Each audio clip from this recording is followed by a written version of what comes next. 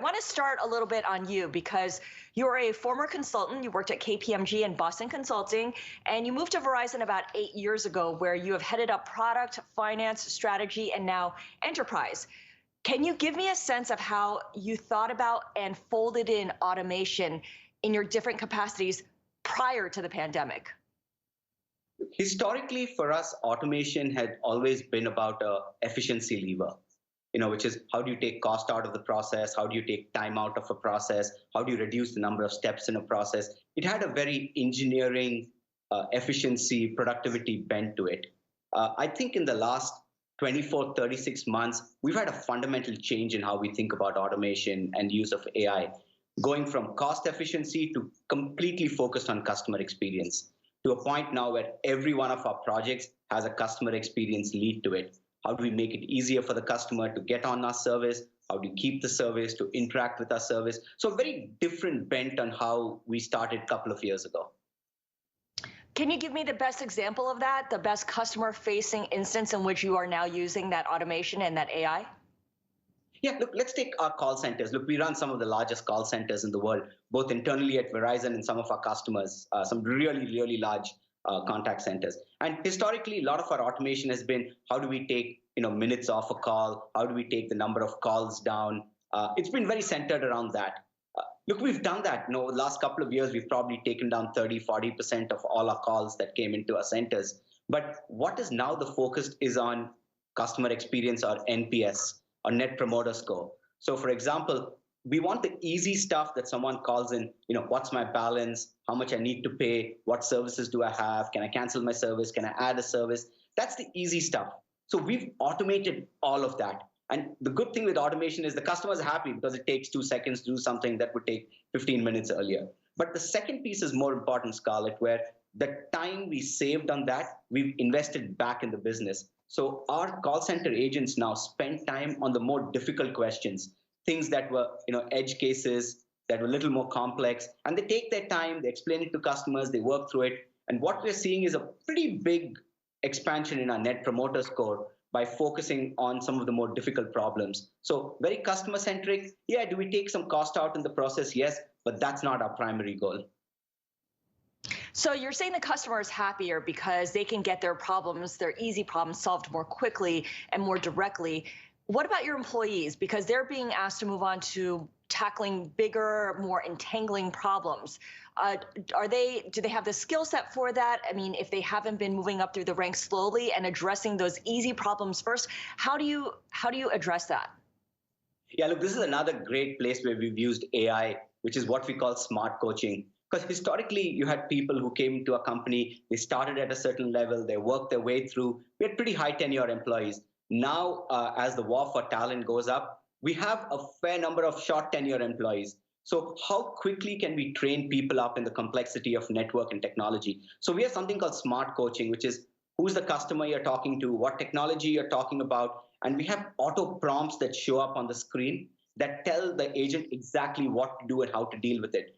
Over a period of time, they get used to it, they learn, they don't need those prompts. So earlier, coaching used to be something you did before your job started. You did 3 weeks, 4 weeks of coaching, and then you got onto the job. Now we get people on the floor, we do some training upfront, but live smart coaching, leveraging AI, leveraging prompts that happen in the middle of a call. So that's how we keep our force, refreshed and ready to attack all the new technologies that we throw at them. Got it, got it. And does that fold in with some of the certification programs that people are getting on their own to fortify their own skills? Yeah, we do. Look, we support, we support a bunch of internal certifications as well as some external certificates based on the technologies we use. So for example, if it's Cisco or Palo Alto, we'll support the local underlying certification on that. So definitely, look, there's formal education, there is on-the-job training, and there is certification. All three, you have to work them together. Because look, we love our long tenure V-teamers, people who've been with us for multiple decades. But in this war for talent, we have to be ready to adapt our processes to folks who come on in the last year. I mean, we've hired thousands of people, during COVID, and how do you get them ready for the job? Yeah, absolutely. So I'm glad we're talking about the war for talent and the labor shortage that goes along with that. Specifically, how does Verizon's main business, wireless connectivity, play into our ability to work remotely? This is something that I'm sure you and your team have thought a lot about. Can you talk to us about what kind of AI tools businesses have access to so that their employees can work remotely? How has that suite expanded over the past year, year and a half? Look, the first one we are most excited about is our wireless fixed, what we call business internet or fixed wireless access. Historically, Verizon used to provide broadband in the northeast part of America. Starting with Boston all the way down to Virginia, we had the best. It's called FiOS. It's the best internet service on earth, and we were very happy with it. But earlier this year, we decided to launch nationwide broadband. Almost 25 million homes, 2 million businesses now have access to Verizon wireless internet. So it's very simple. It's a small box, looks really cute, 6 inches. You go, you plug it, and you get access to the best wireless network on earth. It's that simple, literally. You plug, you wait for it to boot, and you're up and running. And it's pretty big for us. It's a new market we're going after, and our primary focus is work from home. We work with large companies who want a very stable connectivity for their workforce, and we do large deals with them, but also primary internet connection at home. Folks using it for home office with a little bit of school homework and a lot of Fortnite. We are cool with that as well. So it's a new market for us, and we are really excited about the traction we've had in the last 3-4 months there. What does the cost for that look like? As demand goes up, and you're seeing that not just along the Northeast, your traditional markets, but across the nation, obviously costs are going to increase, at least initially, for the build out, but does it start to come down after, say, 5 years, 10 years, or can that be done sooner? No, look, we just had a capital day recently, and what we have is we are now at peak capital build for us. We've guided to a very large number, $23 billion. And what we see is in the next 2-3 years, a build will be complete. And then we'll come back to BAU or even less than BAU levels of capital. So we are right now at peak capital investment. We've never invested more, but more importantly, we have never been more confident investing more in our business because our mobility business is taking share. We are doing very well there. And this new market around fixed wireless access, it's an addressable market we never had. So it's a new market. We are building the network, and we can't stop doing that. So based on what you see from your own customers, your own enterprise customers, what does the effort to get people back into the office to kind of resume what we had seen pre-pandemic look like to you? How far along are we in trying to get back to that pre-pandemic normal? Yeah, look, I think we are somewhere, I would say, in a baseball game, probably the second or third innings, Wow. in that journey there. Look, for us, the focus has been on flexibility. Look, we move all our employees, almost 90% of our employees who could work from home. Look, we still run a network. If someone has to come to your house or your office to do something, she or he is going to have to do it. Same with our stores. So we have a large field force, but some of our office workers like myself, we've been able to work from home. For us, the focus is flexible. That's the focus at Verizon. What about the focus at Verizon's customers? What do you see? Is it also second inning in a baseball game?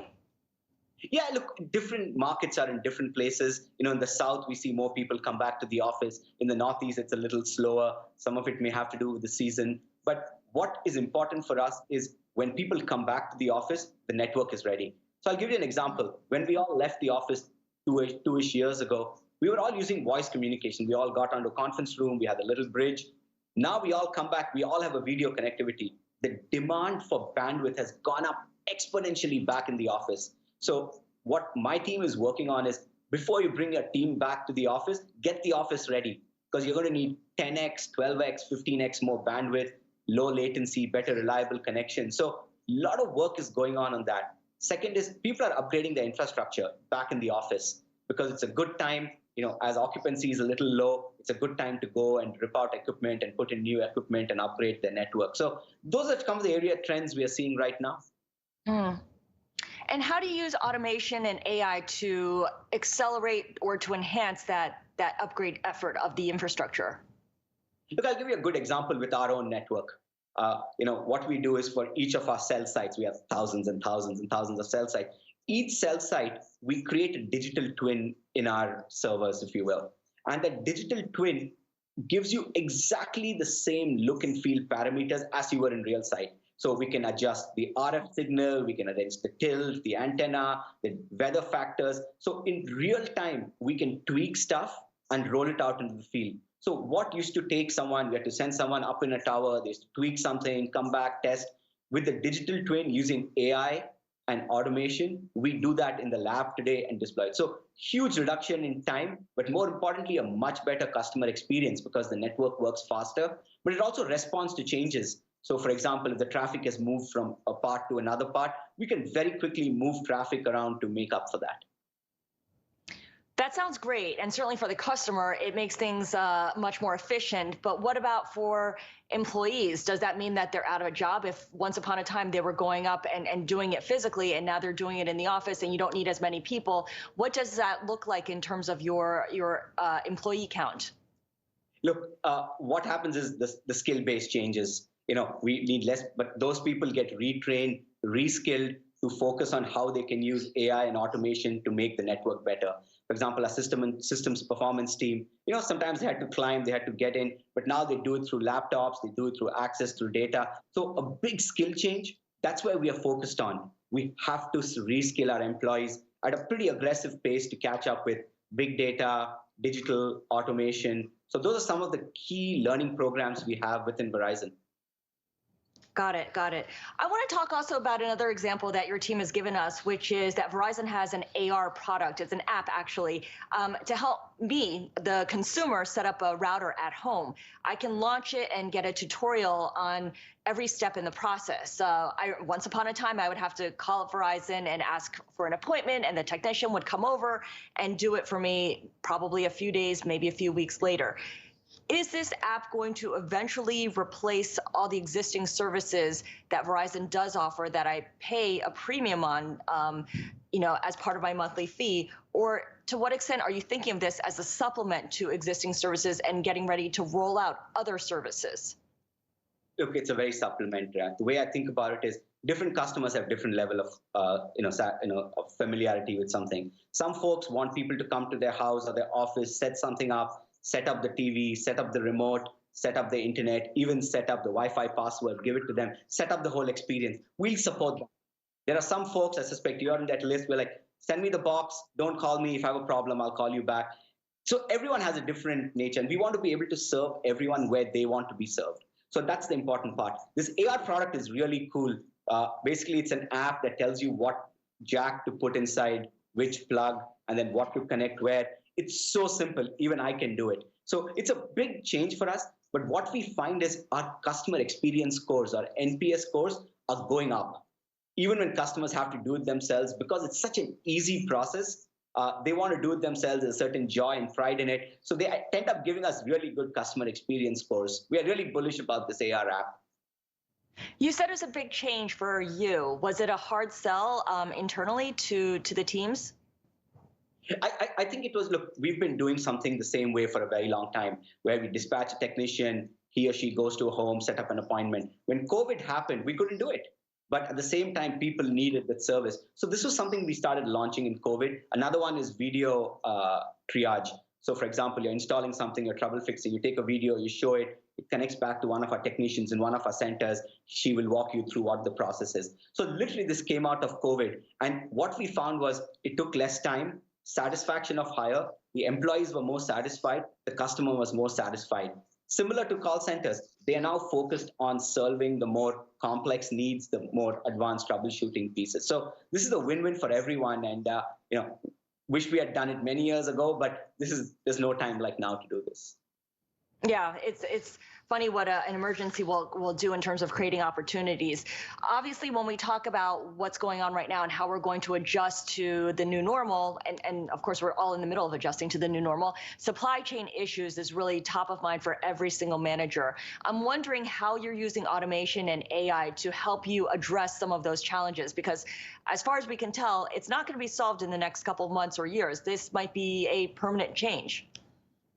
Yeah, look, we, like everyone else in our industry, we are working through our supply chain issues. Sometimes, given our size and scale, we are probably slightly lesser impacted than the others, but we've made some changes. One is lead order times.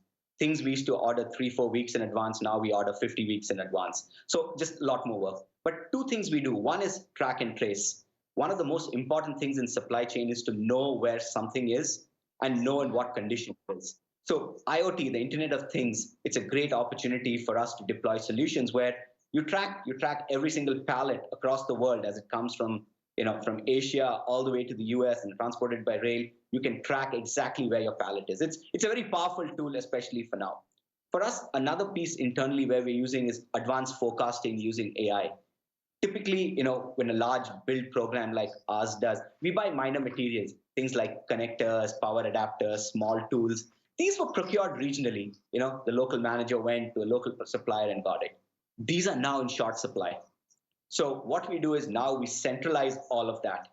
And then we use really advanced models to decide who gets what when. Because you don't want to hold up supply in Boston when there's a build happening in Florida. So we know where everywhere our build is, which stage of the build is, what materials are needed when. And through some central warehouses, we're able to dispatch that.